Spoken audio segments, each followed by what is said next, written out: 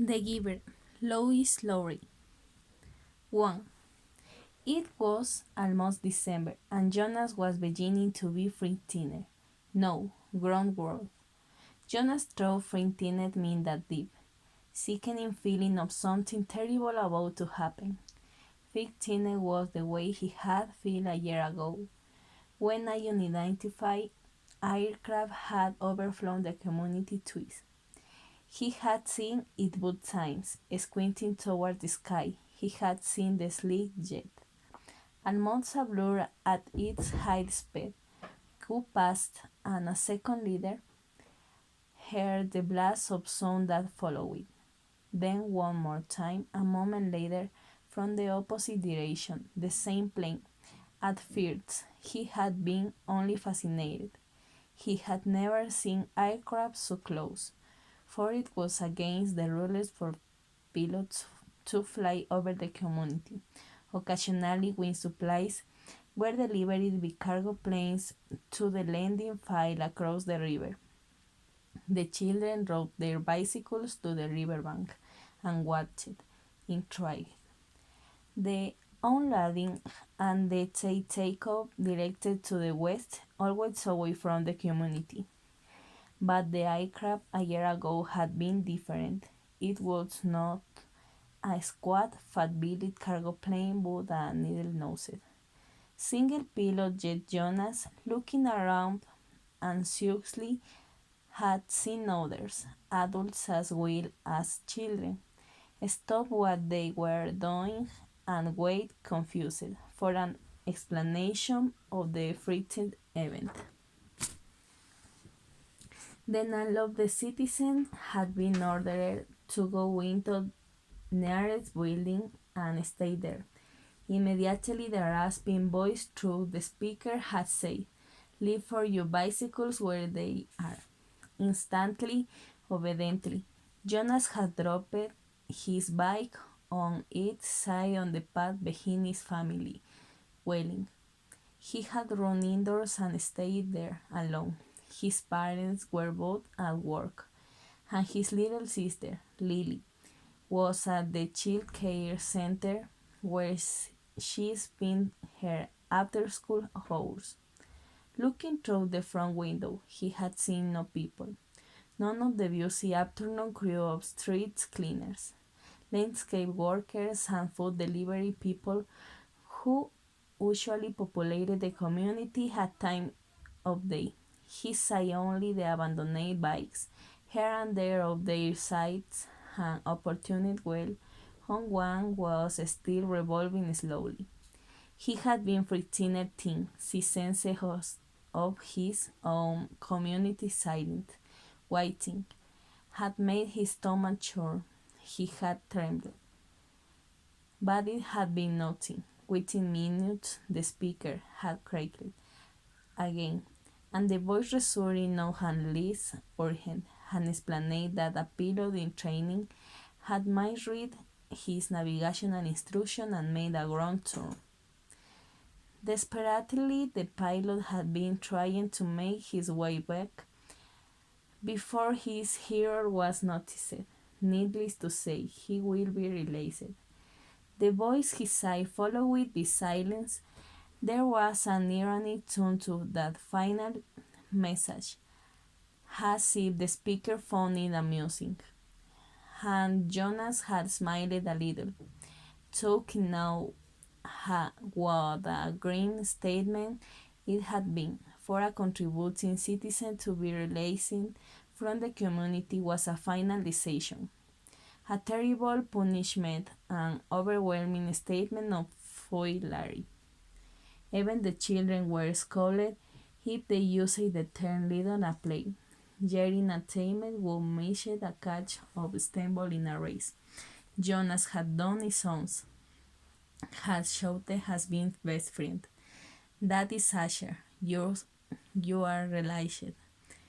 When Asher, clumsy hero, had lost a match for his team, he had been taken aside for a brief and serious talk with the coach, had hung his head with will embarrassment, and apologized the usher after the game.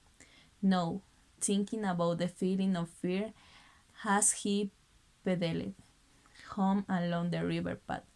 I remembered the moment how palpable, stomach sinking terror when the aircraft had stricken about. It was not what he was feeling now with December approaching. His searching for the rig word that described his whole feeling. Jonas was careful about language, not like his friend. Asher would talk to fats and mix it things up, scrambling words the prices until they were barely recognizable and often very funny. Jonas grinned, remembering the morning that Dasher had dashed into the classroom, that as usual, arriving breathlessly in the middle of the chanting of the morning anthem. When the class took their seat at the conclusion of the patrimony hymn, Asher remaining standing to make his public apology as was required. I apologize for inconveniencing my learning community. Asher ran through the standard apology press rapidly, still catching his breath. The instructor and class waited patiently for his explanation. The students had all been grinning because they had listened to Asher's explanation so many times before. I left home at the correct time, but when I was reading along near the hatchery, the crew was separating some salmon. I wish I just got distraught watching things. I apologize to my classmate, Ashworth concluded. He smoothed his rumpled tunic and sat down. We accept your apology, Asher. The class recited the standard response in unison. Many of the students were biting their lips to keep from laughing. I accept your apology, Asher, the instructions said. He was smiling, and I thank you. Because once again you have provided an opportunity for a lesson in language. This stroke is too strong an adjective to describe Salmon viewing. He turned and wrote the stroke on the instructional board. Beside it he wrote distracted. Jonas, nearing his home new, smiled at the recollection, thinking still as he wheeled his bike into its narrow port beside the door. Here a listened and breathed was the wrong word that described his feelings. Now that December was almost here, I was too strong an adjective. He had waited a long time for this special December. Now that it was almost upon him, he was frightened, but he was eager, I decided. He was eager for it to come, and he was excited certainly. All of the 11 were excited about the event that would be coming so soon, but there was a little shudder of nervousness when they thought about what may happen. Who wants to be first tonic for feelings? Jonah's father asked at the conclusion of their evening meal. It was of the rituals the evening telling of feelings. Something Jonas and his sister, Lily, argued over tunes over who would get to go first. Their parents, of course, were part of the ritual, to told their feelings each evening. But like all parents, all adults, they didn't fig and waited for the turn. Not did Jonah Tunic. His feelings were too complicated this evening.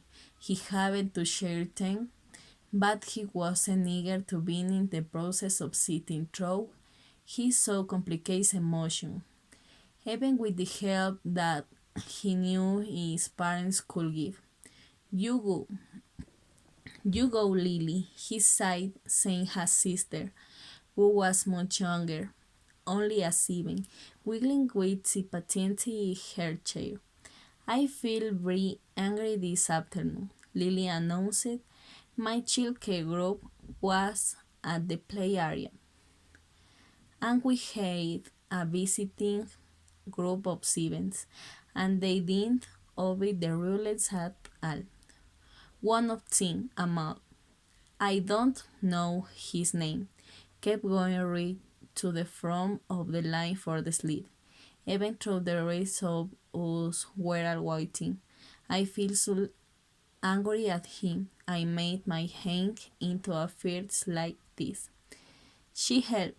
We changed fears, and the rest of the family smiled at her small defining gesture. Why do you think the visitors didn't obey the rules? Mother asked. Lily considered and shook her head. I don't know. They acted like animals. Jonas shook it says. He laughed. That's right. Lily sighed loudly too. Like animals. Later she knew what the word meaning exactly, but it was often used to describe some uneducated or clumsy someone who didn't fit in. Where were the visitors from? Father asked. Lily frowned, trying to remember. How little to use when he made the welcome speak, but I can't remember. I I guess I wasn't paying attention. It was from another community. They had to leave very early, and they had their meeting meals on the bus. Mother nodded. Do you think it's possible that their rulers might be different, and so they simply didn't know what your play area rulers were? Lily shrugged and nodded. I suppose. You've visited other communities, haven't you? Jonas asked. My group has often. Lily nodded again. When we were 6s, he went and shared a whole school day with a group of 6s in their community. How do you feel when you were there? Lily frowned. I feel strange because their methods were different. They were learning usuals that my group hadn't learned yet, so it feel stupid. Father was listening with interest. I am thinking, Lily, he sighed, about the boy who didn't obey the rules today. Do you think it's possible that he feels strange and stupid, being in a new place with rules that he didn't know about? Lily pondered that. Yes, she sighed finally. I feel a little sorry for him. Jonas said, even though I don't even know him. I feel sorry for anyone who is in a place where I feel strange and stupid. How do you feel now, Lily? Father asked. Still angry? I was not. Lily decided. I feel a little sorry for him, and sorry I might have feared. She grinned. Jonas smiled back at his sister. Lily's feelings were always straightforward, fairly simple, usually easy to resolve. He listened politely, though not very attentively, while his father took his turn, describing a feeling of worry that he had that day at work, a concern about one for the new children who wasn't doing well. Jonah's father, Little, was not other. He and the others nurturers were responsible for the physical and emotional needs of every new child during its early lives. What wonder it is? Lily asked. Molly, father sighed. He is a sweet little man, white and lovely dispositioned, but he isn't growing as fast as he should, and he does sleep lonely. Oh no, mother murmured sympathetically. I know how sad that must make you feel. Jonas and Lily both nodded sympathetically as well.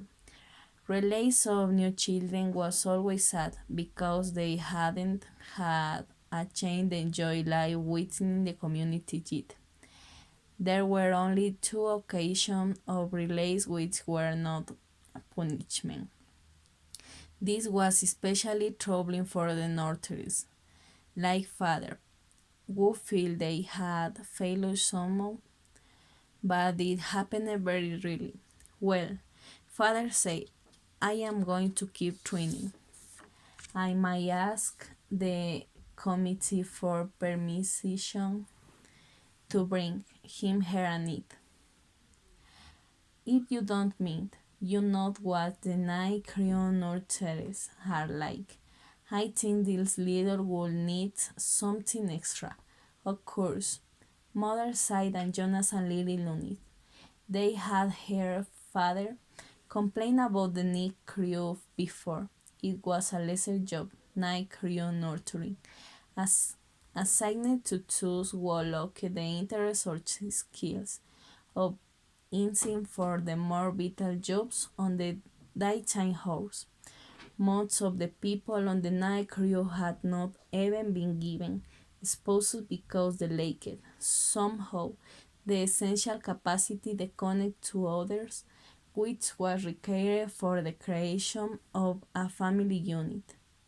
Maybe we could even keep him, Lily suggested sweetly, trying to look innocent. The law was fake. Jonas knew, they all knew.